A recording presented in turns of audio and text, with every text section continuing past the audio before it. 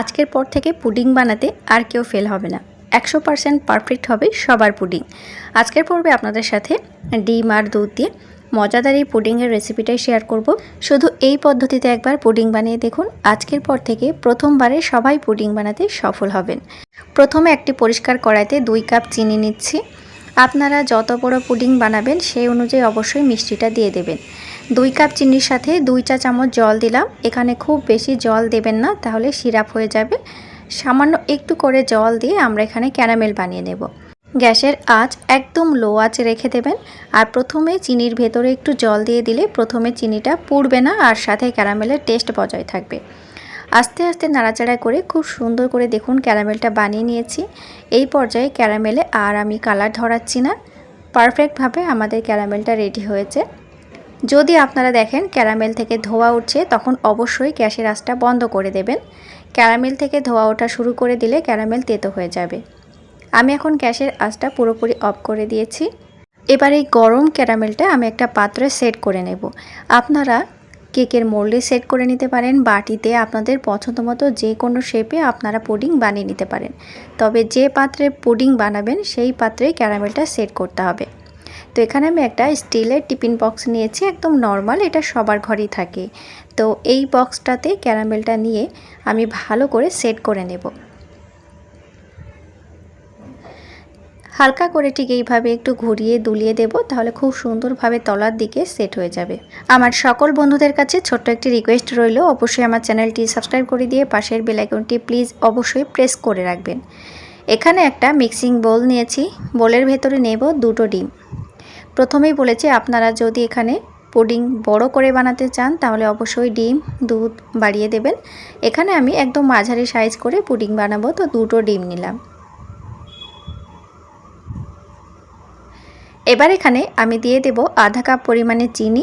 আমরা যেহেতু প্রথমে ক্যারামেল তৈরি করে রেখেছি, তো এখানে খুব সামান্য করে একটু চিনি ব্যবহার করব। আপনারা চিনির মাপটা আর একটু বাড়িয়েও দিতে পারেন যদি মিষ্টি একটু বেশি খেতে চান। তবে পুডিংয়ে খুব ঝাঁঝালো মিষ্টি ভালো লাগবে না। যতটা পরিমাণে আমি চিনি দিয়েছি একদম পারফেক্ট হবে। এবার ডিমের সাথে দানাদার চিনিটাকে খুব সুন্দর করে গলিয়ে নিতে হবে। এইভাবে একটু নাড়াচাড়া করলে চিনিটা খুব সুন্দরভাবে গলে যাবে। একেবারেই হাতে গোনা কয়েকটি উপকরণ বলতে পারেন। কয়েকটি উপকরণ দিয়ে এত লোভনীয় স্বাদের পুডিং আপনারা শুধু একবার বাড়িতে বানিয়ে দেখুন। বাচ্চা থেকে বড় সবাই একদম কাড়াকাড়ি করে খাবে, আর এটা তো বাচ্চাদের খুব পছন্দের একটা খাবার বলতে পারেন। খুব সুন্দর করে ফেটে নিয়েছি, দেখুন চিনিটা এখন গলে গেছে। আর ডিমের মধ্যে দেখুন খুব সুন্দর একটা ফ্লাফি ভাব চলে এসেছে। এবার এখানে অ্যাড করব দুধ। দেখুন কাপের সাইজটা, ছোট সাইজের যে চায়ের কাপগুলো থাকে সেই কাপের 3 কাপ মতো হবে দুধটা। এবার আমি এই দুধটা ডিমের মধ্যে দিয়ে দেব। দুধটা আগে থেকে জাল করে রেখেছি, চাইলে আপনারা কাঁচা দুধও দিতে পারেন, তবে একটু একটা বলক উঠিয়ে অবশ্যই দুধটাকে ঠান্ডা করে নেবেন। আর বন্ধুরা এখানে আপনারা গরম দুধ কখনোই ব্যবহার করবেন না, দুধটাকে একদম ঠান্ডা করে ব্যবহার করবেন। এবার সামান্য করে একটু লবণ অ্যাড করে দেব। যে কোনো মিষ্টি খাবার একটু লবণ দিলে খুব ভালো লাগে। আজকের রেসিপিটা এত সহজ উপকরণ দিয়ে সহজ পদ্ধতিতে বানানো যায়, কি বলবো, এর থেকে সহজ রেসিপি আর হতেই পারে না। তো বন্ধুরা দেখুন আমাদের ব্যাটার তো পুরো রেডি হয়ে গেছে, খুব সুন্দর করে ফেটে নিয়েছি। এর ভেতরে আর কোনো উপকরণ আপনারা অ্যাড করবেন না। তো এখানে আমি যে সেট করে রাখা ক্যারামেলের বাটিটা ছিল সেই বাটিটা নিয়ে নিলাম। তো আপনাদেরকে এবার দেখায়, দেখুন ক্যারামেলটা খুব সুন্দরভাবে সেট হয়ে গেছে, আর এতটাই কাচের মতো স্বচ্ছ দেখাচ্ছে। দেখুন যে হাত দিলেও কিন্তু স্লিপার হয়ে যাচ্ছে, দেখুন এতটা স্বচ্ছ হয়েছে। তো যাই হোক, এবার এখানে লাগবে একটা স্ট্রেনার। অবশ্যই আপনারা পুডিংটা সেট করার সময় স্ট্রেনারে দিয়ে ছেঁকে নেবেন।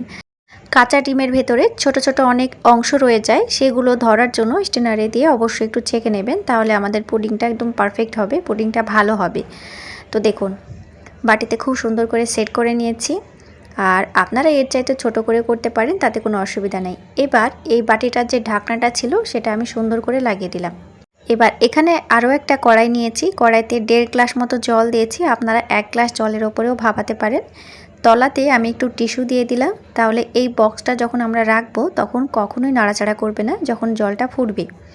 তো এইভাবে অবশ্যই আপনারা যদি টিস্যু না দিয়ে থাকেন তাহলে পাতলা সুতির কাপড় দিয়ে দেবেন। আর যদি আপনাদের ঘরে স্ট্যান্ড থাকে তাহলে তো ভালোই হলো, স্ট্যান্ড দিয়ে স্ট্যান্ডের ওপরে এইভাবে বসিয়ে দেবেন। 10 মিনিটের জন্য আমি ভাপে নিয়েছিলাম। দেখুন জলটা এইরকম আছে। আর একটু ঢাকনা খুলে দেখাচ্ছি, খুব গরম। দেখুন চাইলে আপনারা একটা ছোট কাঠি দিয়েও কিন্তু চেক করে নিতে পারেন ভেতরটা কাঁচা আছে কিনা। তো আমি পুরোপুরি গ্যাস থেকে নামিয়ে নিয়েছি, এখনও কিন্তু খুব গরম আছে। তো এটা আমি মোল্ড আউট করে নিচ্ছি। মোল্ড আউট করার আগে অবশ্যই আপনারা এই বাটিটার চারিদিকটা একটু লুজ করে নেবেন, তাহলে ভেঙে যাবে না। আমরা যখন মোল্ড আউট করব তখন ভেঙে যাবে না, এমনিতেও ভেঙে যাবে না, তারপরেও ভাঙার চান্স একটু বেশিই থাকে, কেননা এটা এতটাই সফট হয় তুলোর মতো। তো চারিদিকটা হালকা করে ঠিক এইভাবে একটু লুজ করে দেবেন। দেখুন এমনিতে ছেড়ে যাবে, হালকা করে শুধু একটু চাপ দিয়ে দেবেন।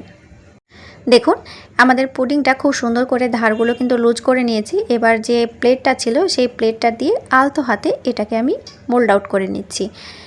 এবার দেখুন পুডিংটা কতটা পারফেক্ট হয়েছে, আর এমন সুন্দর একটা স্মেল দিচ্ছে, মনে হচ্ছে এক্ষুনি খেয়ে নিই। তো যাই হোক বন্ধুরা, আপনাদেরকে একটু কেটে দেখাবো যে কতটা পারফেক্ট হয়েছে। আর এইভাবে যদি আপনারা পুডিং বানিয়ে থাকেন তাহলে পুডিংটা কখনোই ভেঙে যাবে না, আবার কখনো শেপও নষ্ট হবে না। সবচাইতে মজার বিষয় হলো পুডিংগুলো আপনারা যে কোনো পাত্রে সেট করতে পারেন, যেহেতু এই পুডিংটা আমরা স্টিমে তৈরি করি। আর এই পুডিংটা আপনারা কাপ, জলের গ্লাস, ছোট বাটি, কেকের মোল্ড আপনাদের পছন্দ অনুযায়ী যে কোনো পাত্রে অবশ্যই সেট করে বানিয়ে নেবেন, খুবই ভালো লাগবে। দেখুন এবার কতটা পারফেক্ট হয়েছে। দেখুন এইরকম পুডিং ঠান্ডা ঠান্ডা খেতে খুবই ভালো লাগে। তো আপনারা চাইলে বানিয়ে ইনস্ট্যান্ট খেতে পারেন, আবার যদি ঠান্ডা খেতে চান তাহলে অবশ্যই ফ্রিজে 1 ঘন্টার জন্য রেখে দেবেন। ঠান্ডা ঠান্ডা এই পুডিংটা খেলে মন প্রাণ পুরোই জুড়িয়ে যাবে। চলুন বন্ধুরা এবার একটু কেটে দেখাই আপনাদেরকে। তো দেখুন এখানে আমি খুব সুন্দর করে এক সাইড কেটে নিয়েছি, আর এক সাইড কেটে নিলাম। কত সুন্দরভাবে কাটা হয়েছে, মানে কাটার সময়তেও আপনাদের ছেড়ে যাবে না, ভেঙে যাবে না। দেখুন, বা ঢসেও পড়বে না। অনেকে পুডিং বানাতে গেলে শেপটা ভালোভাবে আনতে পারেন না, বা মোল্ড আউট করতে গেলে কিন্তু একদম ঢসে পড়ে যায় আর কি, গলে যায়। তো সেই রকমও হবে না। দেখুন, তো আশা করি আজকের রেসিপিটা আপনাদের ভালো লেগেছে। একদম সামান্য কটা উপকরণ দিয়ে আজকের রেসিপিটা আপনাদের সাথে শেয়ার করলাম। বাড়িতে অবশ্যই একবার হলেও ট্রাই করবেন, আর আমাকে কমেন্টের মাধ্যমে জানিয়ে দেবেন। ভিডিওটি ভালো লেগে থাকলে আমার চ্যানেলটি সাবস্ক্রাইব করে দিয়ে পাশের বেল আইকনটি প্লিজ অবশ্যই প্রেস করে রাখবেন। মিক্স ফ্লেভার মানে সহজ আর নতুন রেসিপি। তো বন্ধুরা দেখুন কতটা লোভনীয় হয়েছে। দেখুন না ভেঙে যাবে, না গলে যাবে, না শেপ নষ্ট হবে। তো এইভাবে বাড়িতে অবশ্যই একবার ট্রাই করবেন, আশা করি আপনাদের খুবই ভালো লাগবে। বন্ধুরা ভিডিওটি আর বড় করছি না টেনে, নতুন নতুন রেসিপি নিয়ে ফিরে আসবো আবার পরের এপিসোডে। ততক্ষণ অবশ্যই আমার সাথে থাকবেন, সঙ্গে থাকবেন। নতুন রেসিপি নিয়ে ফিরে আসছি পরের এপিসোডে।